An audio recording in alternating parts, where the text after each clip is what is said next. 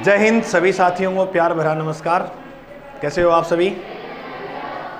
तो आज आप पढ़ांगा आर्थिक समीक्षा, जिसे आप जानते हो इकोनॉमिक सर्वे के नाम से।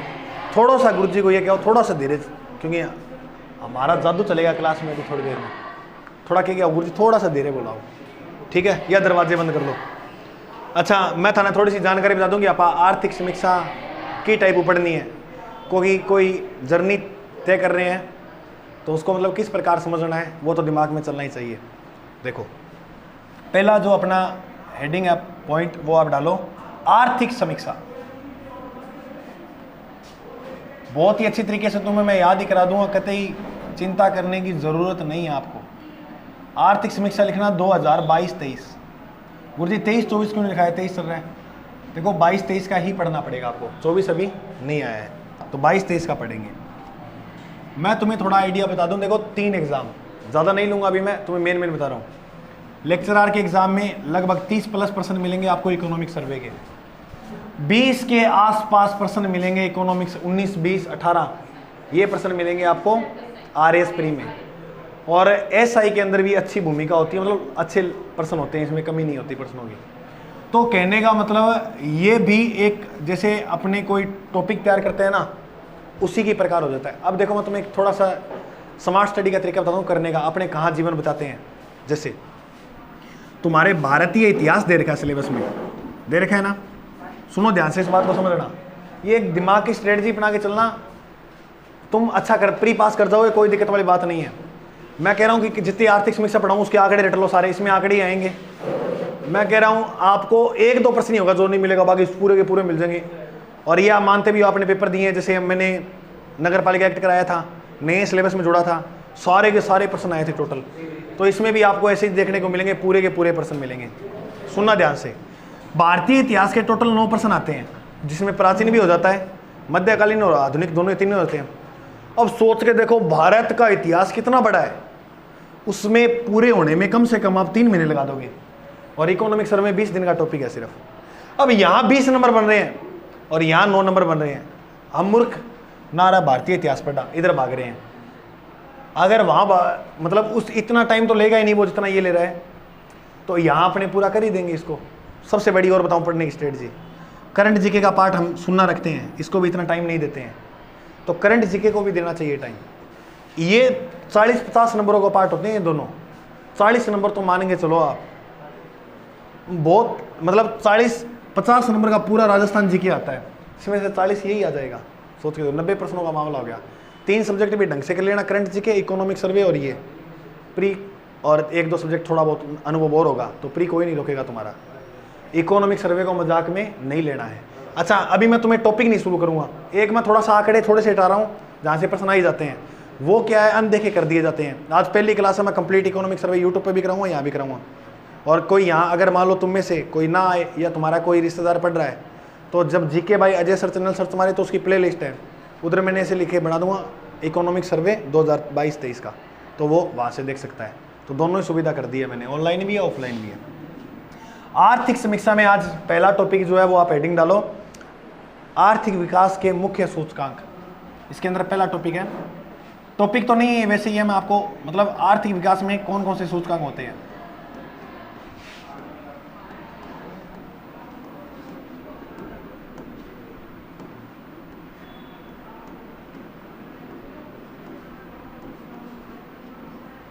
ये कोई टॉपिक नहीं है, तुम्हारा जो पहला टॉपिक है वो परिदृश्य वाला है, ये नहीं है, लेकिन ये आपको याद करने हैं आंकड़े जो मैं अभी कराऊंगा। ये पहले टॉपिक से आप कंटिन्यू पढ़ना शुरू कर दीजिएगा। आर्थिक समीक्षा 2022-23 में अपना ये पहला टॉपिक है। आपने एक नाम सुना जीडीपी।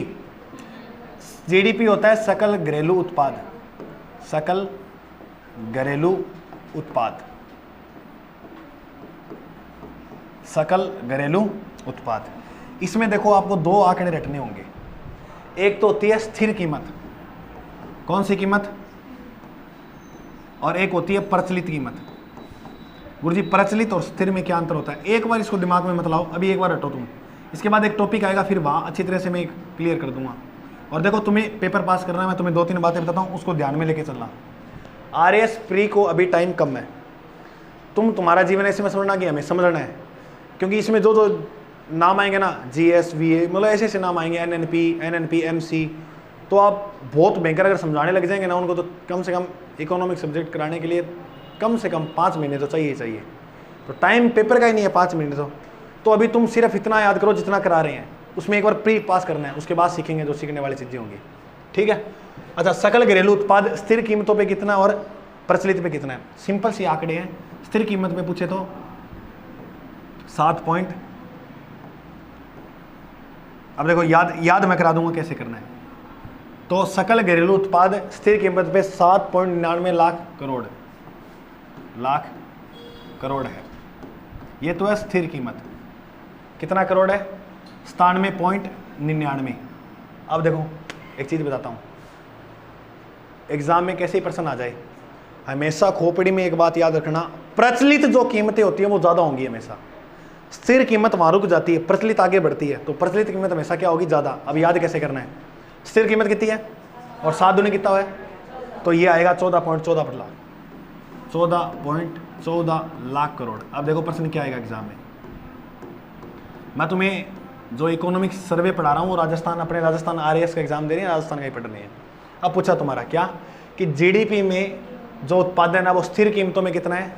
7.99 लाख करोड़। 7 दूनी कितना? 14। दोनों याद हो गए आंकड़े, दोनों ही हो गए। 7.99 14 बस इसको, ये तो याद है लाख करोड़, ये तो इसको छोड़ो। स्थिर कम होता है सकल घरेलू उत्पाद में 7 दूनी 14। याद हो गया क्या? मैं सुनूंगा लास्ट में, सारा आंकड़ा सगा याद करना है। दूसरा लिखो, दूसरा पॉइंट, आर्थिक वृद्धि दर। आर्थिक वृद्धि दर बस खोपड़ी में जैसे पेन चलेना ऐसे रट जाने चाहिए ये, आर्थिक वृद्धि दर। फिर इसमें भी 2 प्रश्न बनेंगे। क्या बोलो? अब तो बोल दो खुद ही। अस्थिर और एक लोगों का वो सो है कि केठा हो को नहीं हो। बिल्कुल सिंपल लगा मुझे तो, तब मैंने सोचा कि मैं ही पढ़ाऊंगा तुम्हें इकोनॉमिक सर्वे। स्थिर देखो सिंपल है, वो 7 हो। आर्थिक वृद्धि, अब इन वृद्धि होगी, वृद्धि कितनी ना 7 तो 8 लिख दो, 8 हो गया। 8 दूनी कितने होते हैं? यूं सिंपल क्यों होगा बताओ? अगर पूछे आर्थिक वृद्धि दर स्थिर पे कितनी है? 8 पॉइंट पूरी याद रखो तो 19% की हुई है वृद्धि, और प्रचलित पे 0.4% की हुई है, 16.04 की। अगर पीछे वाले भी याद नहीं हो ना तो शुरू के ये भी याद कर दोगे ना, ये 16 8 पकड़ जाओगे, एग्जाम में प्रश्न कर दोगे, तुम ऑप्शन आएंगे तुम्हारे पास। ऐसे नहीं है कि फिक्स रटनी है, एक आइडिया चलना चाहिए दिमाग में। बोलो समझ में आया? तो 2 याद करो। पहला सकल घरेलू उत्पाद 7 दूनी 14, और आर्थिक वृद्धि दर हमेशा परसेंट में होती है कि कितनी बड़ी, और तो 8 दूनी 16, 8 19 16 4। सिंपल है, 2 याद होगी। अरे रटना पड़ेगा, ये समझा के समझाऊँ बताओ थाने में? मैं तो रटाना है और रटना है, सही थे घरे किताब लाके पढ़ लो, बे चीज़ें मिलेगी। मेन मेरा आने का मतलब तो मेरा फ़ायदा लेना। कभी कभी ये बताया जाता है कि किसी का ज़िंदगी में आना बहुत अच्छा होता है ना, तो तुम्हारी ज़िंदगी में मैं आया हूँ ना, तो इसका मेरे प्रॉफिट लो, इसका बहुत अच्छा आया हूँ मैं तुम्हारी ज़िंदगी में। इकोनॉमिक सर्वे कभी ज़िंदगी में सोचा नहीं था याद, और मैं पूरा इकोनॉमिक यहाँ याद करा दूँगा। नगर पालिका धारा थी ना, धारा 59 में 50 में क्या है, सारों में क्या है ना, कार्यभार सौंपना 50 में था क्या? हाँ याद है क्या? उससे तो प्रेम रखो, उसको मत बोलो। 2 तीसरा लिखो, शुद्ध राज्य घरेलू उत्पाद। अब ऐसे पूछेंगे कि शुद्ध राज्य घरेलू उत्पाद स्थिर कीमतों पे कितना और प्रचलित पे कितना है? घरेलू उत्पाद। अच्छा, ये क्लास उसके लिए नहीं है जो फर्स्ट टाइम बिल्कुल के ये मुझ के पेपर देने जा रहा है। थोड़ा सा नॉलेज है ना इन शब्दों का कि कीमत क्या होती है, कीमत नाम का तो अक्सर होना ही चाहिए। या मुँह चके देंगे तो फिर RS प्री कैसे निकल जाएगा? ये उन्हीं के लिए है जो मतलब पहला पढ़ा हुआ है और बस आंकड़े याद करने हैं। मैं तो सिर्फ आप याद कराना आया हूँ।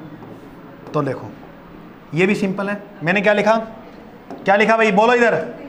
शुद्ध राज्य घरेलू उत्पाद स्थिर पे और प्रचलित पे। देखो शुद्ध घरेलू की बात करना तो शुद्ध से होता हुआ है, और जब छक्को मारा तो 6 में भी 6 हुआ है, छक्का तो 6 दूनी कितना हुआ है? कितना सिंपल है। तो 6.95 और 12.60, 6.95 लाख करोड़ और 12.60 करोड़ रुपए है ना।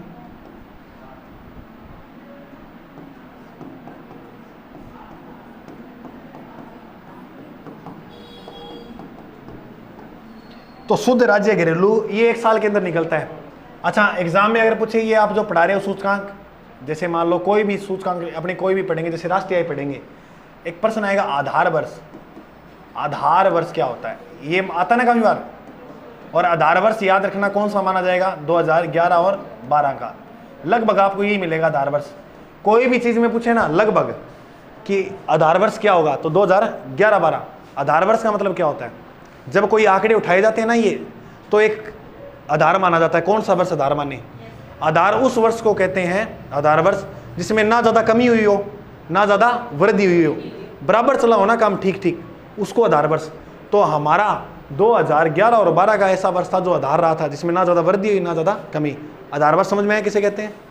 अच्छा, एक बात और याद रखना, मैं तुमसे कोई भी बात पूछूं कि कमी कहां दर्ज हुई, कोई भी चीज में कमी कहां दर्ज होगी, जब हमारे देश के लोग काम नहीं करेंगे, यदि कमी होगी तो। अच्छा, कोरोना काल कब आया था, तो 2000 ढंग से 20 और 21 में कोई भी चीज में पूछे ना कि कौन से सन में कमी दर्ज हुई थी, कोई भी चीज पूछे, ये तुक्के बता रहा हूं मैं कैसे मतलब प्रश्न सही करने हैं, तो 2020-21 कर देना आप, लगभग ऐसे ही मिलेगा आपको।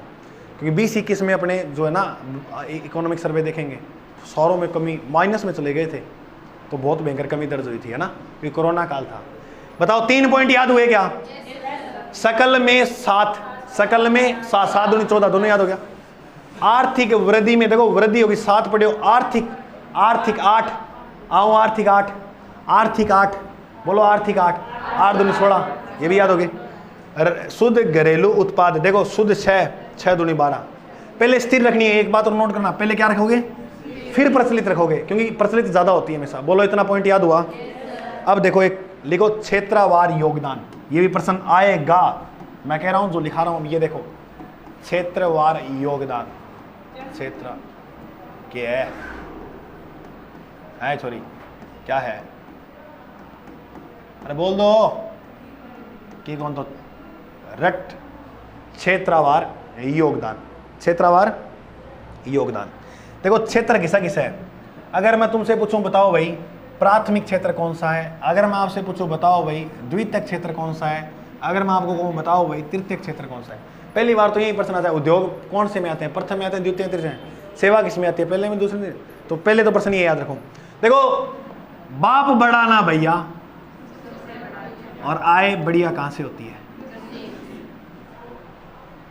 इनके ऊपर ही चल रहा है संसार।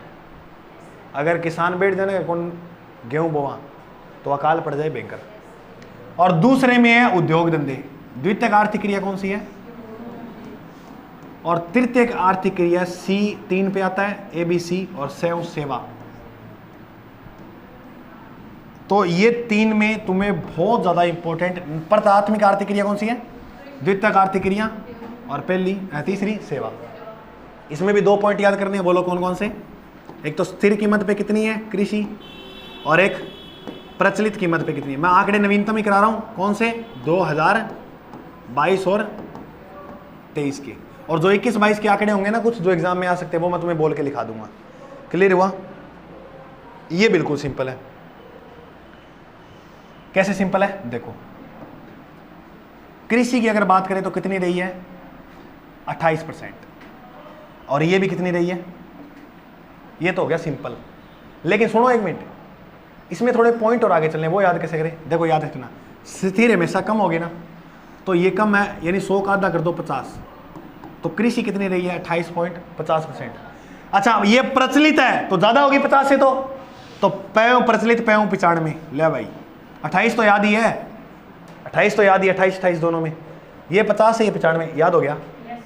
एक बार और करो, स्थिर और प्रचलित कीमत फटाफट याद करो। कृषि में कितनी है, कृषि में स्थिर का और प्रचलित कीमत का योगदान कितना % है, 28.50। और अब देखो इसमें 28 है, अब ये उद्योग 2 नंबर पे आ गए तो 1 घटा देंगे इधर, इतना कितना हुआ, ये 28 था, वो 27 और 27। इसमें बस सिंपल से इस 7 को आगे ले आओ, 76 31। देखो ये भी याद होना तो भी बहुत बड़ी बात होती है, तो भी प्रश्न कर दोगे, लेकिन ये भी याद करना थोड़ा कि उद्योग धंधों में जो द्वितीयक आर्थिक क्रिया उसमें जो स्थिर कीमतों पर है वो 27.76% है, और प्रचलित कीमतों पर योगदान बता रहा हूं मैं, क्षेत्र में योगदान किसमें कितना ज्यादा है, तो सबसे ज्यादा किसमें है 28% है 100 में से, समझ में नहीं आ रहा क्या तुम्हें? मतलब कोई चीज़ चला रही है, अपने एक सिस्टम चला रहे है। जैसे मैं तुम्हें जीके पढ़ा रहा हूँ, कोई और गुरुजी मैथ करा रहे हैं, कोई रीजनिंग करा रहे हैं, कोई साइंस करा रहे हैं ना, तो ज़्यादा योगदान किसका है एग्जाम में? आपनों जीके को मीटर ज़्यादा हुआ है, 50-52 नंबर का आएगा और सारे कम है, तो क्षेत्र विस्तार किसका होगा ज़्यादा? जीके भाई अजय सर का तो समझो कि क्षेत्रवार योगदान का मतलब किसका कितना योगदान मिल रहा है। आंखें मत का था मारूंगा इधर से घुमा के, इधर आंखें काट, इसको ये याद हो जाएगा। मैं आँख का घोचा दे दूँगा, कालिदास कतरियाँ दोनों आता हूँ यहाँ। तो 28, 50, 27, 76, 27, 31 क्लियर हुआ? गुरुजी वो याद करा दो ना तो मज़ा आ जाए। तीसरा, क्योंकि ये याद होता नहीं है। मैंने ये बताओ सी कितना नंबर हुआ? 3, बस 4 से पहले 3 देखो 43, नीचे क्या लिखूँ? गुरुजी ये तो याद कर लेंगे 43, तो आगे 74 भी याद हो गया, तो इसमें कोई वृद्धि दर देखने को नहीं मिली। स्थिर भी सेम है और प्रचलित भी सेम है। ला गुरुजी वो तो याद ही हो गया, क्या बात करा दी। अब इसमें क्रम पूछेगा आपके, आरएस में आ सकता है ये, एसआई में तो इतना पूछ लेंगे सिर्फ कृषि में कितना योगदान है, 28.50%। स्थिर कीमतों प्रचलित ये नाम आएंगे, स्थिर और प्रचलित को खोपड़ी में रखना है, बाहर नहीं निकालना। इकोनॉमिक सर्वे आसान लग रहा है क्या? अब चुटकी ऐसे मार दिया करो, कोई चीज़ टफ लगे तो। दुनिया का जगह सब्जेक्ट टफ लगा है, आपड़ा कर लिया हो, इसको गोल के पियाऊँगा था ना। हाँ तो देखो भाई, स्थिर कीमता 28.50, 28, 27, 27, 43, 43 याद हो गया क्या? अब आप मुझे एक बात बताओगे क्या कि क्षेत्र व योगदान में सर्वाधिक किसका है? योगदान में एक क्रम पूछ लेंगे आपसे, सर्वाधिक, या आपसे पूछेंगे क्या बताओ अवरोही क्रम से, यानी बढ़ते से घटते क्रम, या सर्वाधिक ऐसे पूछेंगे, या पूछेंगे अवरोही क्रम में ये बताओ इसका क्रम। तो बताओ सबसे ज्यादा किसमें हुई है? सेवा में। Very good. सर्वाधिक हमें सेवा के अंदर, स्थिर कीमतों के अंदर बात कर रहे हैं, और सेवा के बाद कृषि, और कृषि के बाद ये क्रम याद रखना भाई मेरे साथियों, भूल मत जाना इस क्रम को, कि सबसे ज़्यादा जो योगदान है वो किसका है? सेवा का, 2 नंबर पे और 3 नंबर पे। रट लेना टका के, ये प्रश्न ऐसे बनेगा, 4 देंगे, कभी कृषि पहले दे देगा, कभी ऐसे 4 ऑप्शन आएंगे, बस सेवा, कृषि, उद्योग। तब कह रहा हूँ ये 43, 27, 28 ये भी आंकड़े रटे ना तो ही बहुत इंपॉर्टेंट है। आए हो तुमने, हाँ ऐसे ही प्रश्न आओ तो, अब मैं तो देखे को नहीं कि किसो आए हो है ना, बाकी आवा है प्रश्न ही। मैं फिर क्यों बताना, एक बार इकोनॉमिक सर्वे करा दिया, बाइबल हो जाएगा ये, नोट्स जितने भी हैं तुम्हारे लिए। इससे बाहर अच्छे नोट्स बनाना ये वाइट पेज पे, फिर ये अपने आप बनाओगे ना, फोटो कॉपी कराकर इसकी बढ़िया सी बच्चों को नोट्स दे देंगे ऑनलाइन, जो अपने पास नहीं आ सकते टेलीग्राम पे डाल देंगे। देखो भाई, कृषि, उद्योग, सेवा 28, 28, 27, 27, 43, 43 याद हो गया।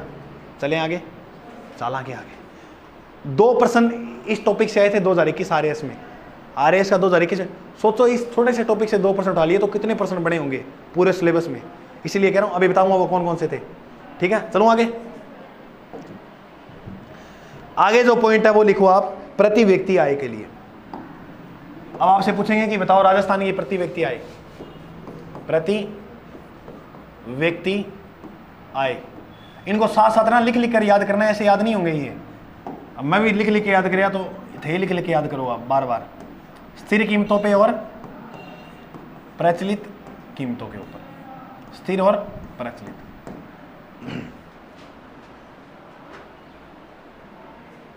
ठीक है, प्रति व्यक्ति आय, ये आरएएस 2021 में आया हुआ प्री में, आरएएस पीटी में ये प्रश्न आया था।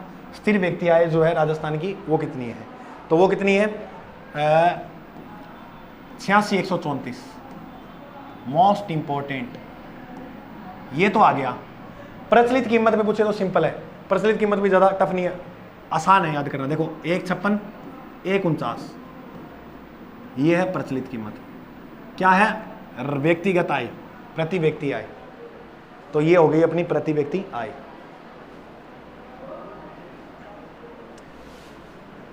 बोलो समझ में आ गई ये भी? चलें आगे। अच्छा, इसके बाद आपको एक याद करना है, क्या? एक पॉइंट, और वो वैसे ही आंकड़े रटने जैसे मैं लिखा रहा हूं आपको ना। एक तो आप लिखो ऐसे, पहले 4 लाइनें लिखो, GDSP, एक लिखो GDP, एक GDSP, एक लिखो GDP वृद्धि दर, GDSP, एक GDP वृद्धि दर, एक लिखो प्रति व्यक्ति आय,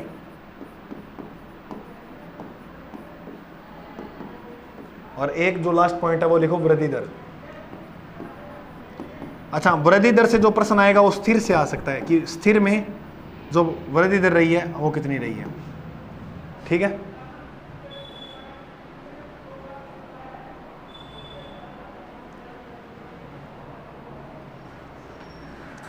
और एक मिनट, वृद्धि दर को समाप्त करो, 3 ही लिख लेना, इसके ब्रैकेट में लिख लो स्थिर। आप ना इतना भी तेज मत चलो मेरे साथ साथ, एक लाइन तो मेरे से पीछे रहो, इतने कितने भगवान हो गए तुम, इतना तेज चल रहे हो, एक लाइन तो पीछे रहो मेरा। अच्छा, GDSP 2021-22 2021-22 में क्या था, और एक मिनट ये मैं नहीं आ पाई करा, इसमें ये लिखो 22-23, लेकिन इसमें अपने देखेंगे 2 पॉइंट से, भारत में क्या कुछ कहानी थी और राजस्थान में क्या कुछ कहानी है। इसमें ये प्रश्न बनते हैं कि GDSP में भारत का कितना योगदान है और राजस्थान का कितना है। तो भारत की अगर बात करें तो भारत के अंदर है 27, 30, 73, 51, 27, 30, 73, 51, रटो 27, 30, 73, 77, 51, 27, 30, 77, 51, 27, 30, 77, 51। ज़्यादा इंपॉर्टेंट नहीं है ये, याद हो तो ठीक है। अब आप कहोगे गुरुजी GDSP क्या होता है, तो थोड़ा सा सांस रखोगे ना, अगले एक नया टॉपिक करेंगे उसमें मैं सारा बताऊंगा क्या होता है। अभी एक बार इतना इसको रट लो, फिर टॉपिक पूरा करना आज ये, याद ये रट लेना, 14, 13, 620, 14, 13, 620, ये मोस्ट इंपॉर्टेंट है अपने राजस्थान वाला। क्या है ये GDSP? तो GDSP जो है ये प्रचलित कीमतों पे, ये भी बात याद रखना, प्रचलित कीमतों पर कितना है, ये सीधा प्रश्न आएगा, ये आंकड़ा देगा तुम्हें एग्जाम में कि कितना है, तो कितना है 14, 13, 600, देखो 14, 13, 620 याद हो गया ना, 14, 13, 620, देखो 13, 14 नहीं है, 14, 13, 620, 14, 13, 620। अब GDP की वृद्धि दर की बात करा तो भारत में हुई GDP की वृद्धि 15.5, और अपने एक घटा दो 14.4, सिंपल हो गया ना यार। वृद्धि दर कितनी रही है GDP में, 15 के बाद 16, सॉरी बढ़ानी है भारत में, 16.4, 15.5, 16.4। तो GDP में वृद्धि दर इतनी हुई है, देखो इधर भारत में तो 15% हुई है और अपने राजस्थान में 16, एक ज़्यादा हुई है राजस्थान में। राजस्थान में एक क्या हुई है, ज़्यादा हुई है। बोलो समझ में आई? आपको रटना ये है, इनमें से कौन सा रटना है, सिर्फ ये प्रति व्यक्ति आय में स्थिर कीमतों में क्या कुछ वृद्धि दर रही है।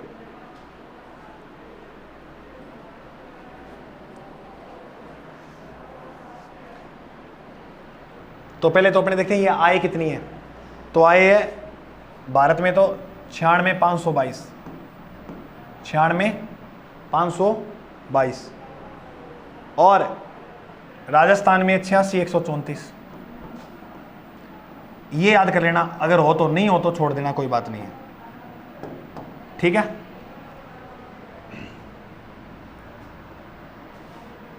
अब अपने देखते हैं कि प्रति व्यक्ति आय में वृद्धि दर जो आपको याद करनी है एग्जाम के लिए, स्थिर कीमतों पे वृद्धि दर क्या रही है।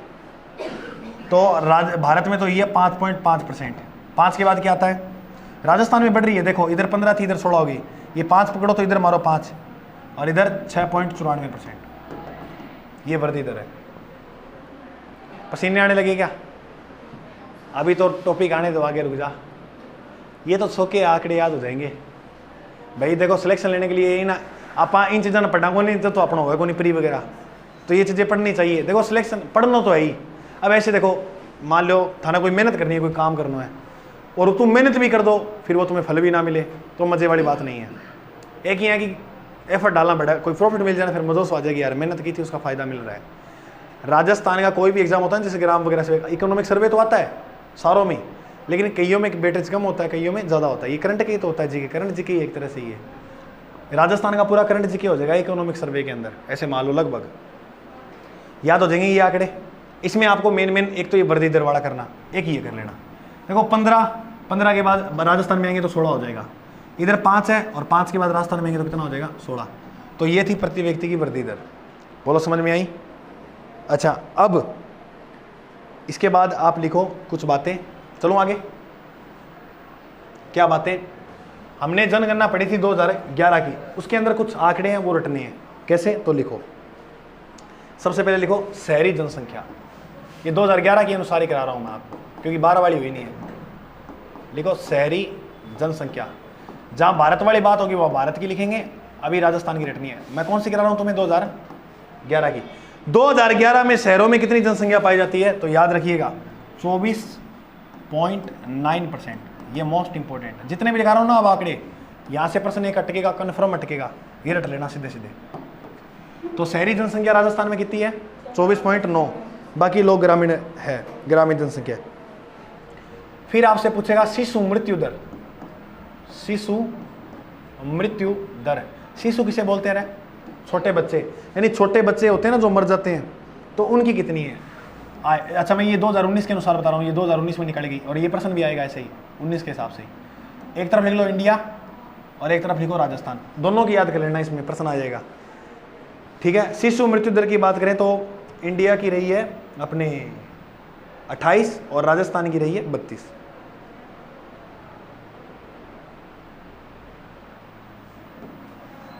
और 32। तो ये मृत्यु दर के आंकड़े रेटो। शिशु मृत्यु दर इंडिया की कितनी है? 28 और राजस्थान की कितनी है? 32। ठीक है, अब शिशु मृत्यु दर के बाद आप याद करो मातृ मृत्यु दर। मातृ का मतलब क्या हुआ? माँ, यानी ऐसे ना जो पैदा बच्चे करते टाइम अपनी जान दे देती है, ऐसे ही होते ना, वो कोई ऑपरेशन सक्सेसफुल नहीं होता तो मर जाए, तो वो कितनी दर है? देखो मातृ मृत्यु दर, ये भी 2019 के अनुसार। देखो बच्चे तो इतने मरे हैं और माताओं की मृत्यु कितनी हुई है? माता ज़्यादा हुई है ना, 97 113, 97 इंडिया में, 113 राजस्थान में।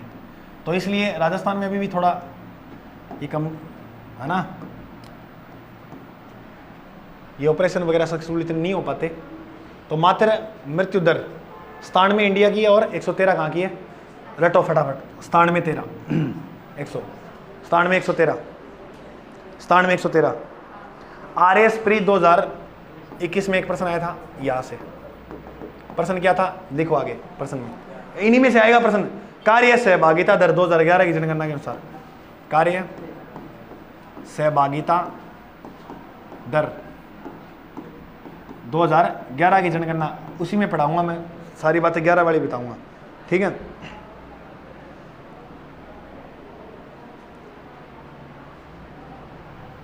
%39.8% और 43.6%, ये दोनों ही आई थी एग्जाम के अंदर RS प्री में। क्या ऐसे पूछा था कार्य सहभागिता दर कितनी है? ऑप्शन में से था 39.8 व 43.6, 46.8 व इतना, ये 4 ऑप्शन है। तो इसका राइट उत्तर क्या हो जाएगा?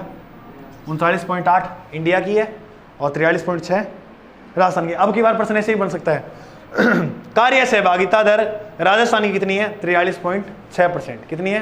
43.6। याद हो जाएगा क्या?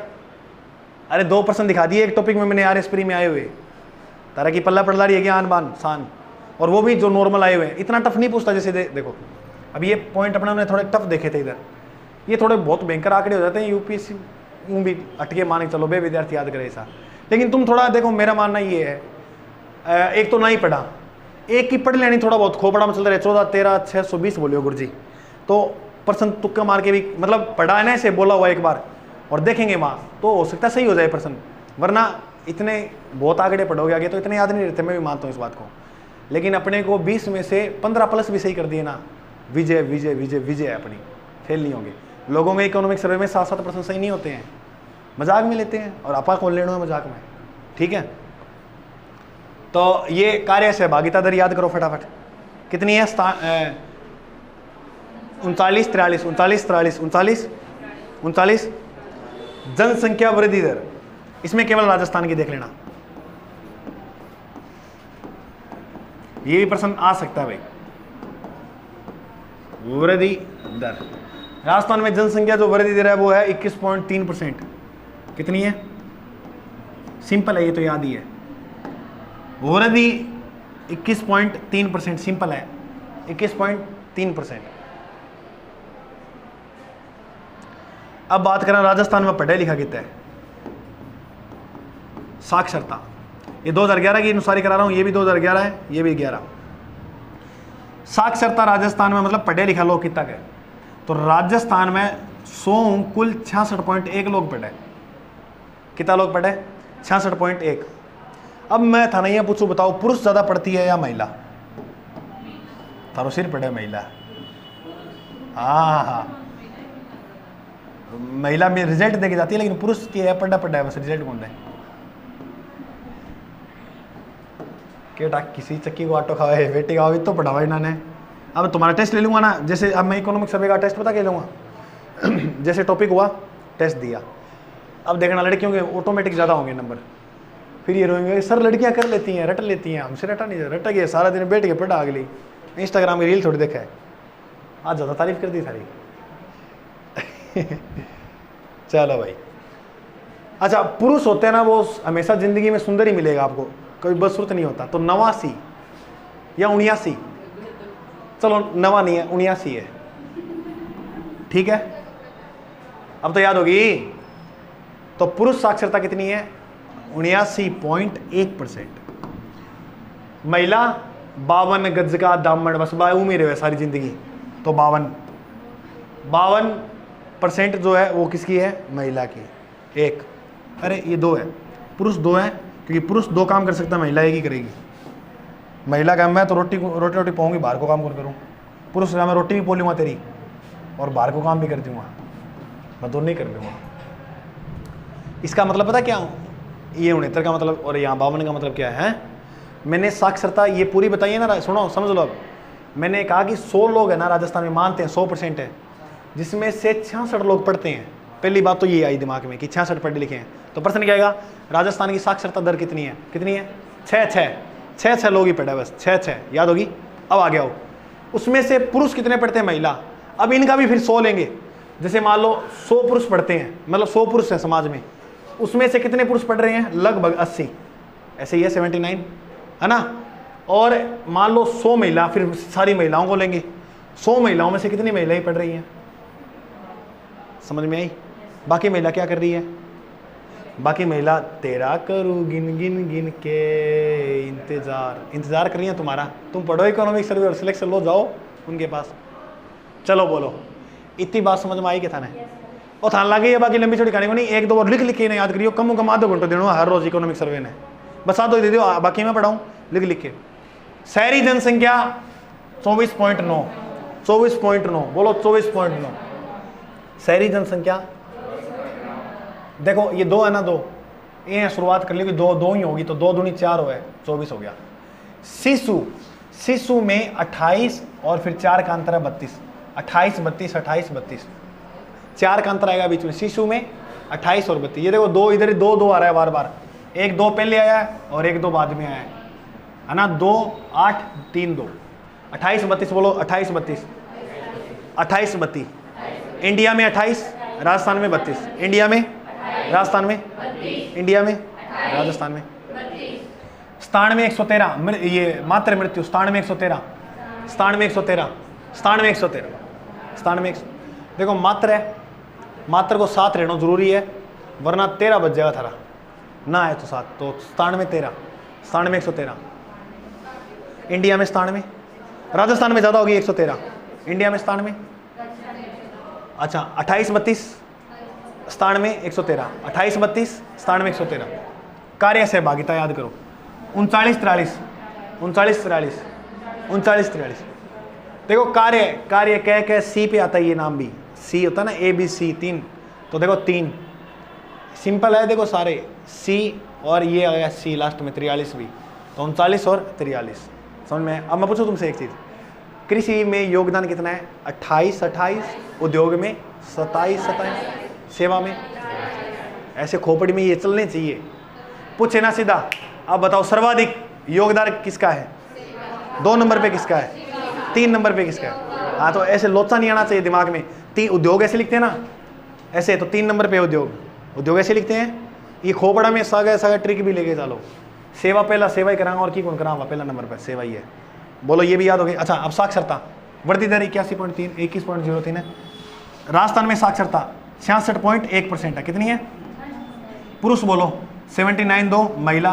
देखो पुरुष समय नहीं हुआ है 79 और महिला 52 है। 52 गज का दामन, बस उसे याद रखना। 52 महिला ही पहनती है ना 52 गज का, तो वो पुरुष तो बुद्धि भ्रष्ट होगी जो पहनेगा, पुरुष तो ऐसे क्यों पहनेगा। अच्छा अब लिखो जनसंख्या घनत्व राजस्थान का कितना है। जनसंख्या घनत्व है 200।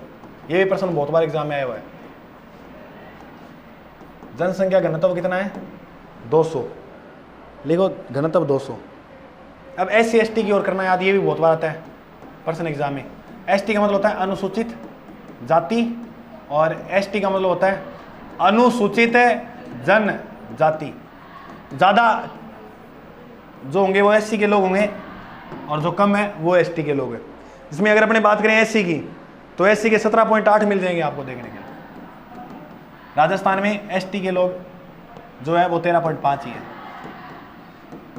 13.5, 17.8, 17, 13, 17 ज़्यादा है। SC 17, ST 13, TU 13, CU 17, CU 17, TU 13। ले भाई यो भी याद हो गया। CU 17, TU 13। बोलो समझ में आई। लिखो लिंगानुपात। लिंगानुपात इंडिया का कितना है 2011 में, राजस्थान का कितना है? इंडिया का है 943 और राजस्थान का है 928। इंडिया का 943, राजस्थान का। ये मोस्ट इंपॉर्टेंट है, ये भी पर्सन बहुत ज़्यादा इंपॉर्टेंट है। लिंगानुपात का मतलब क्या होता है? 1000 पुरुष के ऊपर 1000 है कितनी महिलाएं हैं? 943 भारत में तो, और राजस्थान में कितनी है? 928। मतलब 1000 पुरुष हैं उसके ऊपर महिला कितनी है? मतलब जैसे समाज में 1000 पुरुष हैं तो 1000 के 7 महिलाएं कितनी खड़ी हैं? तो कितनी खड़ी हैं? तो कुंवारे लोग कितने रहेंगे रे? 72 के 62 लोग क्या होंगे? और ये वही कुंवारे होंगे जिनको इकोनॉमिक सर्वे याद है नहीं होगा। ब्याह करा लियो। लिखो शिशु लिंगानुपात राजस्थान का।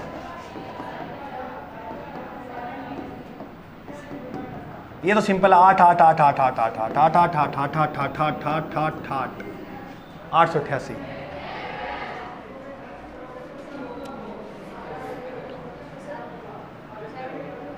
क्या है?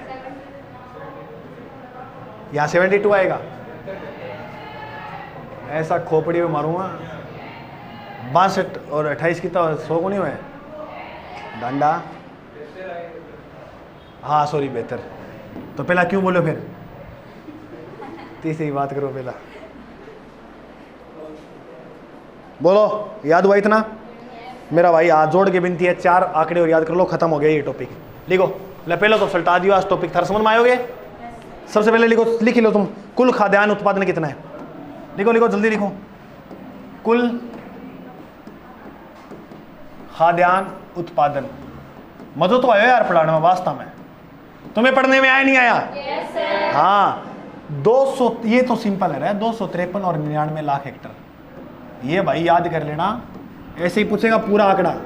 एक तो इंपॉर्टेंट है ये कुल खाद्यान्न उत्पादन। खाद्यान्न खाना डिफिसला नहीं, खाद्यान्न कि तो उत्पादन है इस सर्वे में 253-99। याद करो 253-99। थोक मूल्य सूचकांक, थोक मूल्य सूचकांक, इसमें प्रश्न एक आएगा तुम्हें। इसका आधार वर्ष बताओ और थे चेपी आओ 2011-12 नहीं, इसमें आधार वर्ष के अंदर लिखना है 1999-2000। ये है इसका आधार वर्ष 1999-2000। और इसमें याद रखना 388-29। थोक मूल्य सूचकांक कितना है? 388-29। 388 और 29। प्रति व्यक्ति आय कितनी है अपने? अरे 86-134 है, भूल गए क्या? ठीक है, आज के लिए कंप्लीट। और मैं आशा को कल साथ लेके आऊंगा। उम्मीद तो नहीं लाऊंगा, साथ आशा तो ले आऊंगा भाई। ये रटके आने कल मैं एक एक से सुनूंगा और यहाँ तोता कतरियाँ होना चाहिए और मैं कैमरा के लागे मांगूंगा टाप रखूँगा, देख लो इतने में से इनको याद नहीं हुए। भाभी अधिकारी बनना, RS को छोटी जॉब नहीं है, थाने अंडर में आएंगे ना ठंडा लाग जाओ थर रोब कितना है, तो ये चीज़ तो कुछ नहीं है याद करनी है को नहीं, तो बात चीज़ है। लो भाई सकल 7 14 8 दूनी 16 6 दूनी 12, ये तो सिंपल है। 28 28 23 23 43 43, ये भी सिंपल है। ये क्रम भी याद रखना। ये थोड़ा सा इसमें बताऊँ कौन कौन से, मैं कल मैं खुद ही बताता हूँ कौन कौन से सुनूंगा। एक तो ये याद कर लेना, एक ये कर लेना, और ये प्रति व्यक्ति आई है 3 ही पॉइंट कर लेना। ये हो तो ठीक है, वरना कोई जरूरी नहीं है। ये देख लेना, वही सेम ही है। देखो ये घूम घूम के वही बातें आएंगी। ये देखो और ये देखो, चुप हो जा, तीसरी बात मत करिए।